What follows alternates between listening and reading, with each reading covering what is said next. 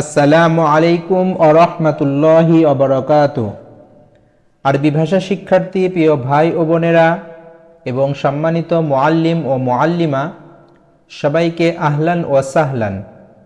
আইসারুত তারাকিব সহজে তারকিব শিখি কিতাবটির ধারাবাহিক আলোচনা পর্বের আজকে চতুর্থ দর্স নিয়ে আমরা আলোচনা করব। আপনারা যারা পিছনের দর্সগুলো দেখেননি তারা পিছনের দর্সগুলো দেখে নেবেন, কারণ এই তারকিবের বইটা এক দর্সের সাথে আরেক দর্সের সম্পর্ক রয়েছে। এই জন্য শুরু থেকে যদি আপনারা এই আলোচনাগুলো না শুনে থাকেন তাহলে সামনের দর্সগুলো বোঝাটা আপনাদের জন্য একটু কঠিন হয়ে যাবে।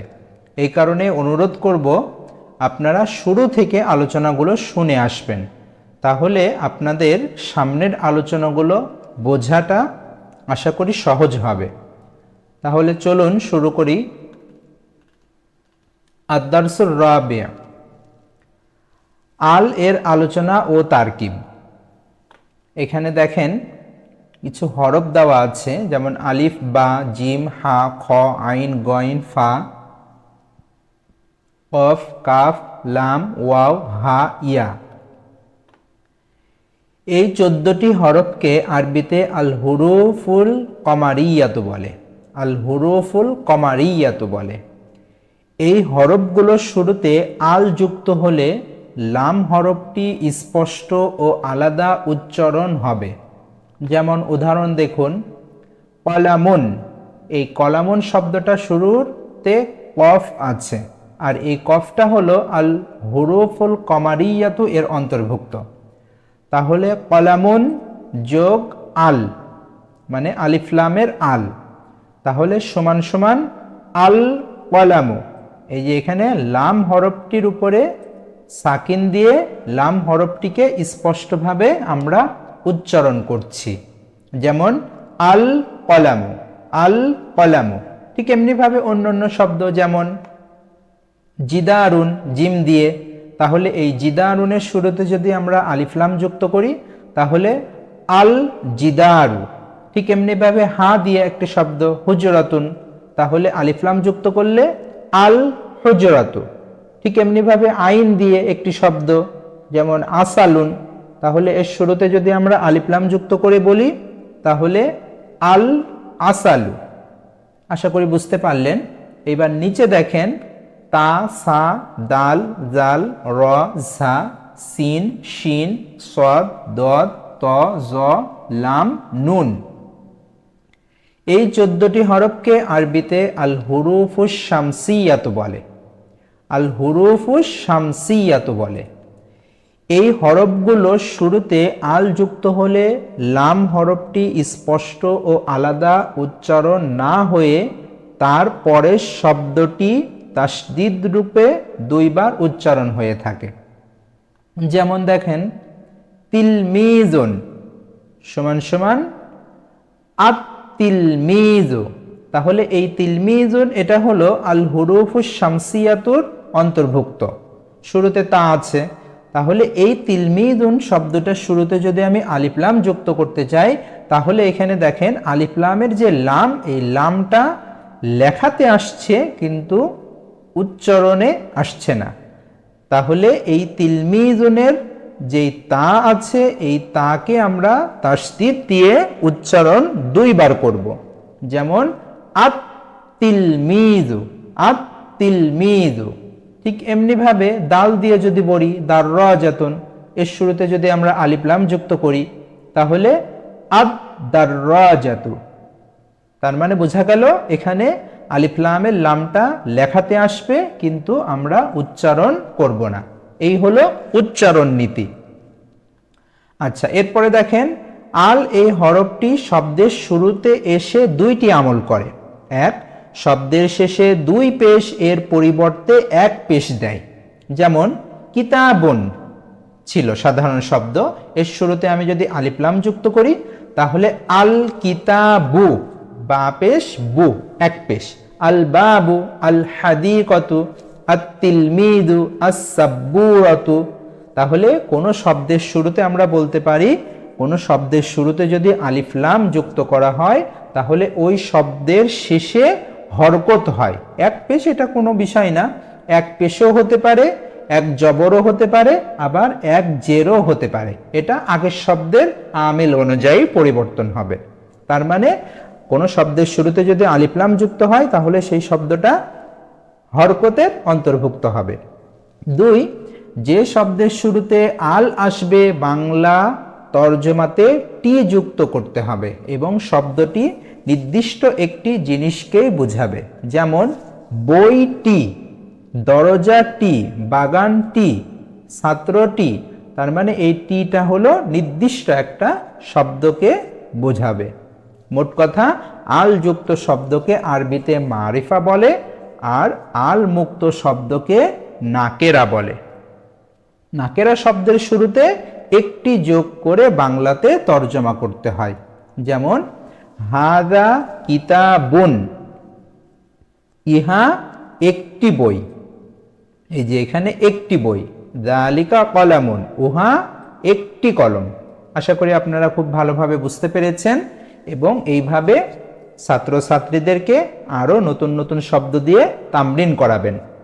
এইভাবে যদি তামরিন করান তাহলে আশা করি তারা এই আলিফ লামের ব্যবহারের ক্ষেত্রে যে ভুলগুলো করে থাকে এই ভুলগুলো আর সামনে বলার ক্ষেত্রে বা লেখার ক্ষেত্রে তারা করবে না।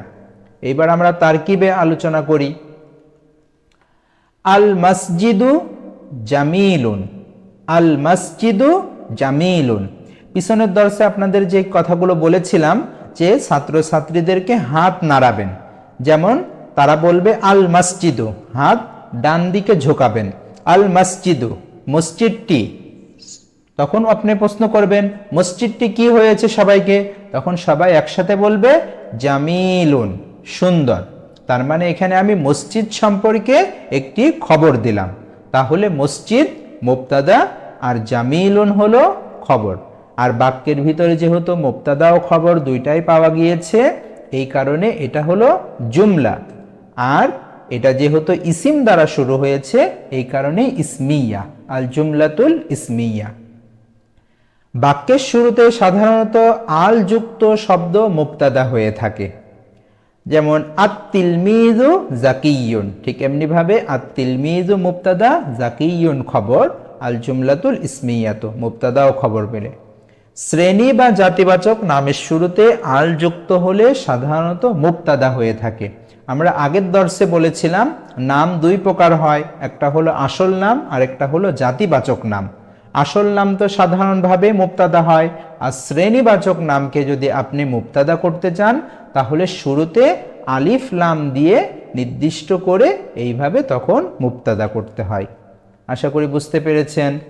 হাদাল মসজিদু, হাদাল মসজিদু, তাহলে এই মসজিদটি, এই মসজিদটি আমি বললাম। তাহলে এখানে প্রশ্ন আসবে এই মসজিদটি কি হয়েছে, তাহলে এখানে যেহেতু কি হয়েছে খবরটা নেই বা দেওয়া হচ্ছে না এই কারণেই বাক্যটা হলো অসম্পূর্ণ। তাহলে হাদা ইসমুল ইশারা আর মসজিদুন হলো মুশারুন ইলাইহি। তাহলে ইসমুল ইশারা ও মুশারুন ইলাইহি মিলে আমরা বলবো জুজউল জুমলা, বাক্যের একটি অংশ। যেহেতু হাদাল মসজিদু, এই মসজিদটি, এখানে খবর নেই এই কারণে এটা হলো জুজউল জুমলা। আচ্ছা, ইসমুল ইশারা ও মুশারুন ইলাইহি মিলে সর্বদা বাক্যের অংশ হয়, জুজউল জুমলা। হাদা, হাদিহি, যালিকা, তিলকা এর পরের শব্দে যদি আল যুক্ত হয় তাহলে তারকিবের পরিভাষাতে হাদা, হাদিহি, যালিকা, তিলকা এই শব্দগুলো ইসমুল ইশারা ও পরের শব্দটিকে মুশারুন ইলাইহি বলা হয়। এখানে এই পরিভাষাটা আপনারা জেনে রাখেন। এছাড়াও আরবদের অন্যান্য কিতাবে এখানে অন্য পরিভাষাও ব্যবহার করা হয়ে থাকে, তো এই জন্য সবগুলোই সঠিক হতে পারে। এই পরিভাষাটাই ইসমুল ইশারা ও মুশারুন ইলাইহি, এই পরিভাষাটা সহজ এবং এইটা আধুনিক ভাষাভাষীদের কাছে গ্রহণযোগ্য। এই কারণে আমরা এখানে এইটাই উল্লেখ করলাম। এছাড়াও অন্য পরিভাষাও ব্যবহার করা যেতে পারে। আচ্ছা, তারপরে উপরের বাক্যটা দেখেন, হাদাল মসজিদু, এই মসজিদটি কি হয়েছে, জামিলুন খবর দেওয়া হলো। তাহলে এই মসজিদটি সুন্দর। তাহলে হাদা ইসমুল ইশারা আর মসজিদ মুশারুন ইলাইহি মিলে মুবতাদা আর জামিলুন হলো খবর। মুবতাদা ও খবর যেহেতু দুইটাই পাওয়া গিয়েছে বাক্যের ভিতরে, এই কারণে এটা জুমলা আর ইসিম দ্বারা শুরু হওয়ার কারণে ইসমিয়া, দুইটা মিলে আল জুমলাতুল ইসমিয়াতু। যালিকার রজুলু, ওই লোকটি, ওই লোকটি কি হয়েছে, ওই লোকটি কি হয়েছে, এখন ওই লোকটি সম্পর্কে আমি খবর দিচ্ছি শারিফুন, তাহলে ওই লোকটি ভদ্র। তাহলে এখানে মুবতাদা খবর দুইটাই পাওয়া গিয়েছে, এই কারণে আল জুমলাতুল ইসমিয়াতু। তিলকাল বিন্তু জামিলাতুন, ওই মেয়েটি, ওই মেয়েটি কি হয়েছে, খবর দেওয়া হলো জামিলাতুন, সুন্দরী। তাহলে তিলকাল বিন্তু মুবতাদা, আর যেহেতু তিলকাল বিন্তু সম্পর্কে আমি খবর দিচ্ছি জামিলাতুন দিয়ে, এই কারণে জামিলাতুন খবর, মুবতাদাও খবর পাওয়া গিয়েছে, এই কারণে বাক্যটি আল জুমলাতুল ইসমিয়াতু। হাযিহিন নাকাতু, এই উটনিটি কি হয়েছে, খবর দিলাম সগীরাতুন, ছোট। তাহলে মুবতাদাও খবর পাওয়া গিয়েছে, এই কারণে আল জুমলাতুল ইসমিয়াতু। তিলকাল ফাল্লাহাতু, ওই কৃষকটি, কিষানিটি, ওই কিষানিটি কি হয়েছে, আর তখন খবর দেওয়া হলো ফাকিরাতুন, গরিব বা দরিদ্র। তাহলে এখানে মুবতাদাও খবর দুইটাই পাওয়া গিয়েছে, এই কারণে আল জুমলাতুল ইসমিয়াতু। আশা করি আপনারা বুঝতে পেরেছেন আলিফ লামের ব্যবহার এবং এর সাথে সাথে ইসমুল ইশারা ও মুশারুন ইলাইহির ব্যবহার। এইভাবে আপনারা ছাত্রছাত্রীদেরকে ছোট ছোট করে বাংলা বলবেন, তারা এইভাবে বাংলা থেকে আরবি করবে এবং এগুলো তারকিবও করবে। এইভাবে যদি দর্সের ভিতরে আপনারা একজনকে যদি জিজ্ঞাসা করেন, একজনের মাধ্যম দিয়ে 10 জনের পড়াটা ইয়াদ হয়ে যাবে। এইভাবে আপনারা বেশি বেশি করে তামরিন করবেন। প্রত্যেক দর্সের মতো এখানেও প্রশ্নমালা যুক্ত করা হয়েছে, সংক্ষেপে অনুশীলনী নিয়ে আসা হয়েছে, নিচের বাক্যগুলো আরবিতে বলো ও লিখো। আমরা এখানে সংক্ষেপে কিছু অনুশীলনী, কিভাবে অনুশীলনী করবে ছাত্রছাত্রীরা, এটা আমরা এখানে দিয়ে দিয়েছি। আপনারা এগুলোর সাথে আরও নিজেদের পক্ষ থেকে যুক্ত করবেন, বা ছাত্রছাত্রীদেরকে বলবেন তোমরা এই কয়টা শব্দ, আপনারা শব্দ দিয়ে দিবেন যে এই 10টা শব্দ দিয়ে তুমি 10টা এই তারকিবের বাক্য বানাবা, তখন তারা নিজেদের পক্ষ থেকে শব্দ দিয়ে বাক্য গঠন করবে। তারপরে এখানে উপরের অনুকরণে নিচের বাক্যগুলোর অর্থ বলো ও তারকিব করো। এখানে আরবি দেওয়া আছে, এই আরবিগুলোর তারা তর্জমা করবে এবং এর সাথে সাথে কি করবে, তারকিবও করবে। এইভাবে আপনারা যদি ছাত্রছাত্রীদেরকে দর্স আকারে বেশি করে অনুশীলন তামরিন করাতে পারেন, আশা করি তাদের ভিতরে আর আরবি ভাষা নিয়ে কোনো প্রকার দুর্বলতা থাকবে না। তাহলে আজকের দর্স এই পর্যন্তই।